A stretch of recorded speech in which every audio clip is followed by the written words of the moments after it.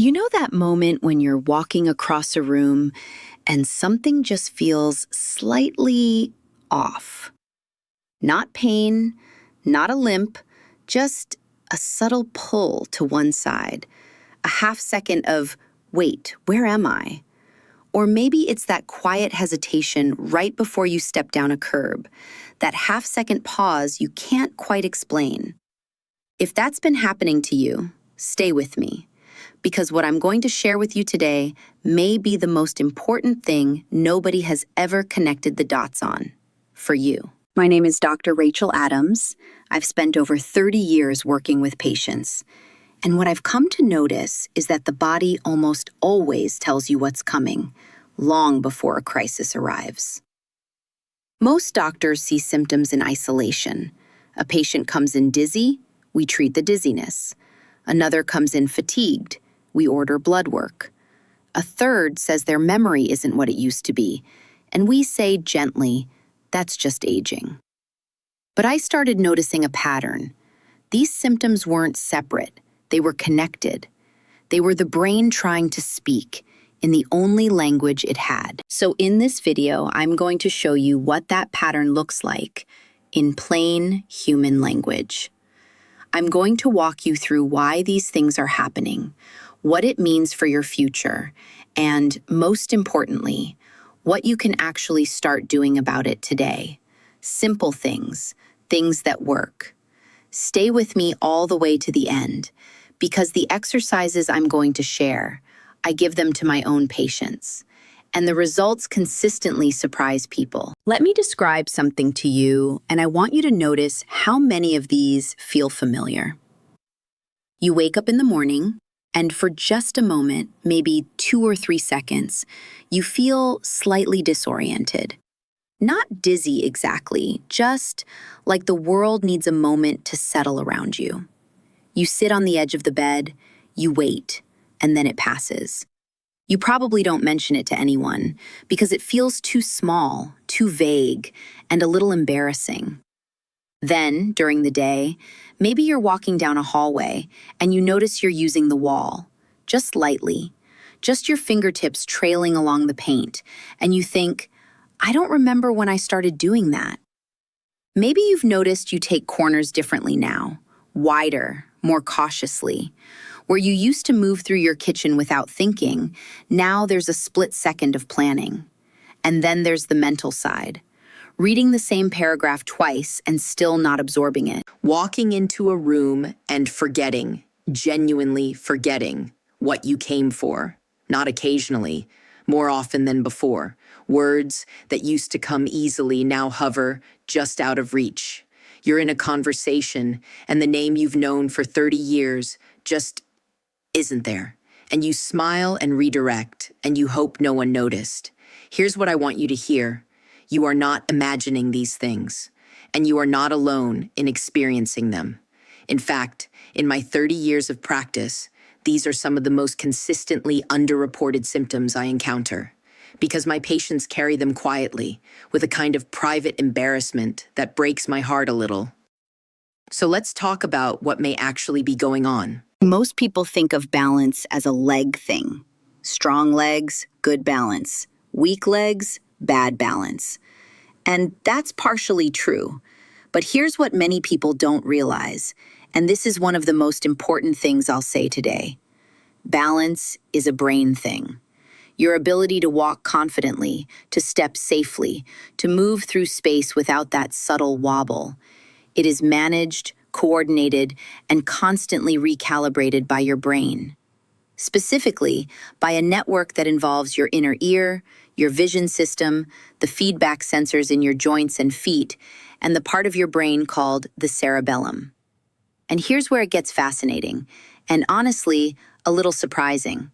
That same network, it also governs how quickly you process information, how clearly you recall words and names, how well you concentrate, how emotionally stable you feel on a given day. So when people come to me with dizziness and memory fog and fatigue and that subtle drift while walking, and they think these are 4 different problems, I often gently tell them, these may all be one story.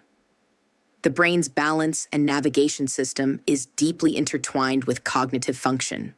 When one begins to show signs of strain, the others start to follow, not dramatically at first, just quietly, in small, easily dismissed ways. And here is the crucial part, and pay close attention to this. These symptoms rarely appear overnight.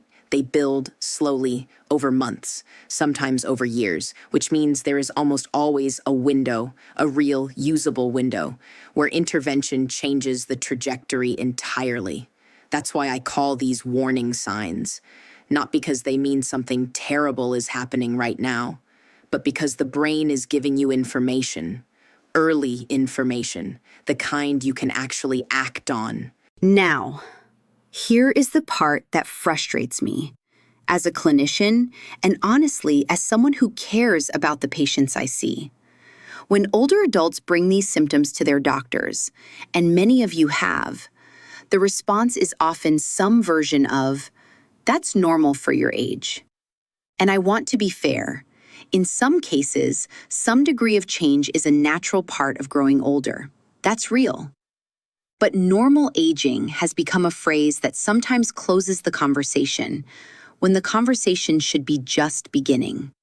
Because here's what research now tells us, and this has genuinely changed how I practice. The brain retains a remarkable capacity to adapt, reorganize, and strengthen well into our 70s, 80s, and beyond. This isn't wishful thinking. This is measurable, reproducible neuroscience. It has a name, neuroplasticity. And the balanced brain network? It is one of the most responsive systems in the body to targeted stimulation. Which means, and I need you to really hear this, the drift, the fog, the hesitation, the slow processing, these are not necessarily permanent. They are not your destiny. But, and this is also true, they don't improve by themselves. They need the right kind of attention, the right kind of movement, the right kind of consistent, gentle stimulation. And that is exactly what we're going to talk about today. Let me explain what's actually happening inside your nervous system. And I'm going to use a picture that I think you'll find makes it very clear. Imagine your brain as a busy city. And within that city, there are highways, neural pathways, that carry information at high speed. When you're young, those highways are wide, well-maintained, and the traffic flows smoothly. Now, imagine over time, some of those highways don't get used as much. Not because something terrible happened, just because life changes. We sit more. We move less spontaneously. We stop doing the varied physical activities that used to constantly challenge our balance and spatial awareness. When a highway isn't used regularly, it begins to narrow. The signal still travels, but more slowly, with less precision. And when you need that highway in a critical moment, stepping off a curb, catching yourself on uneven ground, it may not respond with the speed and accuracy it once did. Now, here is what I find remarkable. The brain, unlike a road, can rebuild its own highways. When you consistently give it the right challenges, specific kinds of movement that require balance, coordination, spatial judgment, it responds. It creates new connections. It strengthens existing ones. Scientists call this use-dependent plasticity. I call it something simpler. Your brain pays attention to what you ask of it. There's also something I want to mention called the vestibulocerebellar system. Your inner ear balance center and cerebellum working together. This system is like your body's internal GPS. It tells you where you are in space at every moment. When this system is working well, you walk confidently. You reach for things without hesitation. You turn your head quickly without feeling like the room moved. When it's underperforming because of reduced movement, age-related changes, or sometimes nutritional factors, you get exactly the symptoms we talked about earlier. The drift, the fog, the hesitation. The beautiful thing is that this system responds beautifully to challenge, specific, gentle, consistent challenge, and it responds faster than most people expect. I want to tell you about Margaret. She was 71 when I first saw her. Retired school teacher, sharp, careful, deeply independent. She came in because her daughter had noticed, not Margaret herself, that she had started holding the railing on stairs she'd been climbing for 20 years without a second thought. When I sat with Margaret and really listened, which sometimes takes a little longer than a standard appointment allows, she told me things she hadn't told anyone. She said she'd started planning her routes around the house, mentally, before she moved, thinking about where the furniture was, where to put her hand if she needed it. She said, "I know it sounds ridiculous. I just do it automatically now." She also told me she felt mentally slower than she used to. Not forgetful exactly, more like thoughts arrived a few seconds late, like the signal was being delayed. And she was tired, not from exertion, just a background tiredness that was always there. She'd seen 2 doctors before me. Both had run basic panels. Both had said, gently, some version of, "For your age, everything looks quite good." And Margaret had gone home and quietly started rearranging her life around her limitations. Here's what I noticed about Margaret that neither of those doctors had connected. She was showing classic signs of a vestibular system that had become deconditioned. Her inner ear balance network and her brain's spatial processing were both underperforming, not because something had broken, but because they hadn't been meaningfully challenged in years. She was a retired teacher who spent most of her day in a chair, reading, watching television, doing crosswords, all wonderful activities, but none of them required her balance system to work. We started a gentle, specific program. I'll share the exercises with you shortly. They're variations of what I gave Margaret. 6 weeks later, she called my office, not to report a problem, just to tell someone. She said, "I walked to the mailbox yesterday, no planning, I just went." She sounded so surprised, and I remember thinking, this is why I do this work. Margaret is 74 now. She gardens. She walks in the park. She's not running marathons, but she is living fully, confidently, without fear. And she told me recently, with that dry teacher's humor she has, "I do wish someone had told me sooner that my brain wasn't finished with me yet." It wasn't, and neither is yours. All right. This is the part I really want you to pay attention to. And before we begin, please hear this clearly. None of these exercises should cause pain. If anything hurts, stop. These are meant to feel gentle, a little challenging perhaps, but always safe. If you have significant balance issues, I would encourage you to have a chair or wall within arm's reach at all times. There is no performance here, no rushing, just you, your body, and a quiet conversation with your nervous system. Let's begin. Exercise 1, the grounded stand. Purpose: activating the proprioceptive feedback system, your body's internal sense of position. Step 1.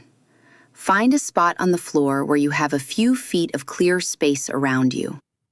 Stand with your feet hip-width apart, not together, hip-width. That's roughly the distance of your 2 fists placed side by side. Step 2. Let your arms rest gently at your sides, not gripping anything, just resting. Step 3. Shift your weight very slightly, almost imperceptibly, onto your right foot. Then slowly back to center. Then slightly onto your left, then back to center. Do this 5 times on each side. Slow, deliberate, barely perceptible movement. What you're feeling, or what you should begin to feel after a few repetitions, is your ankle and foot muscles quietly activating. Little micro adjustments. This is exactly what they're supposed to be doing. You may have simply forgotten they could. If you feel unsteady, place your fingertips lightly on a wall or the back of a sturdy chair. That contact alone, just light touch, sends powerful stabilizing information to your brain. Do this for 30 seconds, once a day. Exercise 2. Slow head turns. Purpose: recalibrating the vestibular system, your inner ear balance center. This one is deceptively simple and deceptively powerful. Step 1. Sit comfortably in a firm chair, not a soft sofa. Both feet flat on the floor. Step 2. Choose a point directly ahead of you, a spot on the wall, a picture, a window. Focus on it gently. Step 3. Very slowly, I mean slowly, much slower than feels natural, turn your head to the right. Keep your eyes soft. Breathe normally. Count 5 full seconds to complete the turn. Step 4. Pause for 2 seconds at the right. Then slowly, again 5 seconds, return to center. Repeat to the left. Pause, return. That is 1 complete cycle. Do 5 cycles. Now here is the key thing I want you to notice. Does the room seem to move slightly when you turn? A little blurriness? A slight sensation of drift? If yes, that is valuable information. It tells you your vestibular system is having to work harder than it should to recalibrate. This exercise, done consistently, will reduce that sensation over time, often within 2 to 3 weeks. If you feel any significant spinning or nausea, stop and consult your doctor before continuing. But mild, fleeting dizziness with this exercise is common and is actually a sign that the right system is being engaged. Exercise 3. The single leg stand. Purpose: strengthening the neural pathways between brain, inner ear, and lower limb coordination. Step 1. Stand near a wall or countertop, close enough that you could touch it if needed, but not touching it yet. Step 2. Shift your weight onto your right foot. Very slowly, lift your left foot just barely off the ground, an inch, maybe 2. That's all. Step 3. Hold for 10 seconds, eyes open, looking at a fixed point ahead. Step 4. Lower your foot. Pause. Switch sides. Do 3 repetitions on each side. This is harder than it sounds for many people, and that's perfectly all right. If you can only hold for 3 seconds at first, that is your starting point, and it is a valid, real starting point. The goal is not perfection. The goal is honest engagement. Here's the fascinating part. As you stand on one foot, your brain is receiving an enormous amount of real-time feedback from the sole of your foot, from your ankle, from your hip, from your eyes, from your inner ear. All of these signals are saying we need to coordinate right now. Every second you hold that position, you are literally building, slowly, physically building, the neural connections that make balance possible. A slightly more advanced version, once you can hold for 15 seconds comfortably, try it with your eyes closed, even for 5 seconds. The shift in difficulty will be immediate and striking. That's the visual system being removed from the equation, and your inner ear having to do more of the work. Exercise 4. The heel-to-toe walk. Purpose: training the brain's gait sequencing and spatial mapping system. This is sometimes called tandem walking, and it directly challenges the same neural systems involved in confident, drift-free walking. Step 1. Find a clear line on the floor, the edge of a rug, a floor tile seam, or simply imagine a straight line. Step 2. Place your right foot directly in front of your left, heel touching toe. Then your left foot in front, heel touching toe. Walk forward in this way for 10 steps, then turn carefully and return. Walk slowly, deliberately. There is no hurry here. Step 3. Focus your gaze about 5 or 6 feet ahead of you, not down at your feet. This engages your visual horizon system and asks your brain to maintain spatial orientation without the crutch of constant downward looking. If this feels unstable, and for many people it will at first, do it alongside a wall. Let your hand trail lightly along it. That's not weakness, that's intelligence. Over days and weeks, the stability will grow, and something interesting happens in the brain. The pathways that process spatial sequencing, the same pathways involved in organized thinking and memory, get strengthened alongside the balance ones. This is one of the reasons why consistent balance training in older adults has been linked in multiple research studies to improvements in cognitive function as well. The systems are connected. When you train one, you benefit both. Exercise 5.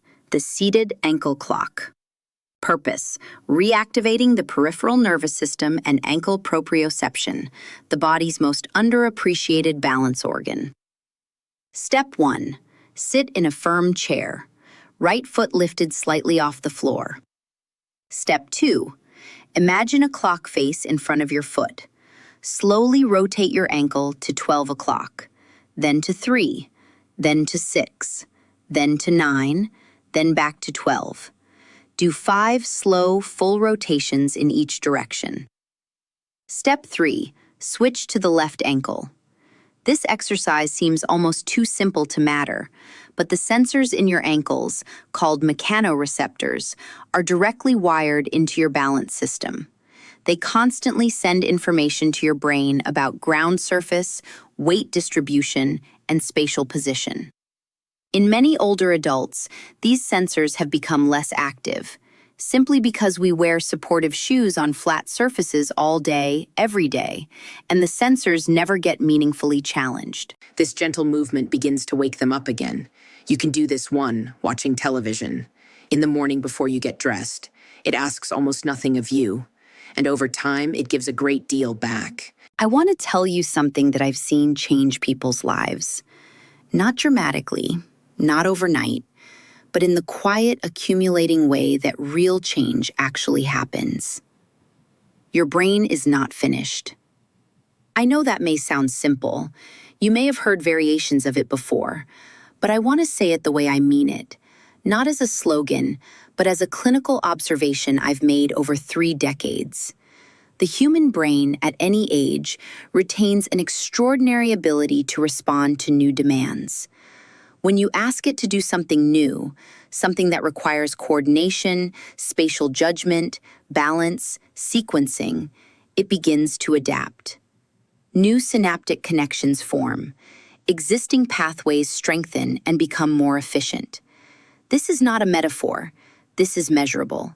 Brain scans of older adults who undergo consistent balance and coordination training show actual structural changes. Increased gray matter density in regions associated with spatial processing and executive function. Not just maintenance. Growth. What this means for you is simple. The exercises I just walked you through are not maintenance activities. They are not just about preventing falls, though they are extraordinarily effective at that. They are brain training. Every time you do the single leg stand, you are asking your cerebellum to form clearer, faster, more reliable pathways. Every time you do the slow head turns, you are recalibrating your vestibular system the same way a musician recalibrates their ear. The body and brain want to be useful. They want to be challenged. They respond to that invitation with remarkable generosity. But, and I want to be honest with you here, this requires consistency, not intensity, not perfection, just consistency. The patients I've seen improve most reliably are not the ones who did everything perfectly for 2 days. They're the ones who did something small every day without drama. 5 minutes, 10 minutes, quietly, without making it a project. The brain responds to pattern. It responds to repetition. Give it a gentle, consistent challenge, and it will meet you there. Imagine it like this. You're not running a race. You're tending a garden. You water it a little every day. You don't flood it. You don't neglect it. And over time, something remarkable grows. That's you. That's your brain. Right now. Still growing. Before I wrap up, I want to sit with you for a moment because I know that watching a video like this, one that talks about balance changes and brain warning signs, can stir something uncomfortable. A little fear, maybe. A quiet grief for the body you had at 50. A worry about what the future holds. I've sat with patients in that feeling many times. And I want to say what I often say in those moments. Paying attention is not the same as being in danger. The fact that you're here, watching this, thinking carefully about what your body has been telling you, that is not a sign of decline. That is a sign of intelligence, of self-awareness, of the kind of agency that actually changes outcomes. Fear closes doors. Attention opens them. The symptoms we talked about today, the drift, the hesitation, the fog, the fatigue, they are not your fate. They are a conversation your nervous system is trying to have with you. And now you know how to listen. You know what connects these symptoms. You know why they appear. You know what the research says about the brain's ability to adapt. And you have 5 real, gentle, specific exercises you can begin today. Not tomorrow, not when you feel ready, but today. That is not a small thing. That is everything. I'd like to ask you something before you go. Somewhere in this video, did you have a moment, a small internal yes, a recognition? A symptom that matched something you've been quietly carrying? If yes, I want to hear from you. In the comments below, I want you to type one word, balance. Just that. Because that word will tell me and tell the community watching this that this conversation reached someone it needed to reach. And if you want to share a little more, your age, how long you've been experiencing these changes, which symptom felt most familiar, please do. Because every comment here creates something real, a room full of people who understand each other, who are working on the same quiet thing, and who are not doing it alone. We have people in this community in their 60s, 70s, 80s, people who have started these exercises and felt the difference within days. People who finally feel seen after years of being told, that's just aging. You belong here too. If you found this video helpful, please share it with a parent, a sibling, a neighbor, a friend who has mentioned that things feel a little off lately. The people who need this most are often the people who would never search for it themselves. And if you'd like to go deeper, I have a video specifically about the vestibular system and cognitive connection that many of you will find answers a lot of the why questions that came up today. I'll link to that at the end. Until then, please be kind to yourself. Move gently, move consistently, and trust that your brain right now, at your age, with everything you've been through, is still listening. It is still responding, and it is not finished with you yet.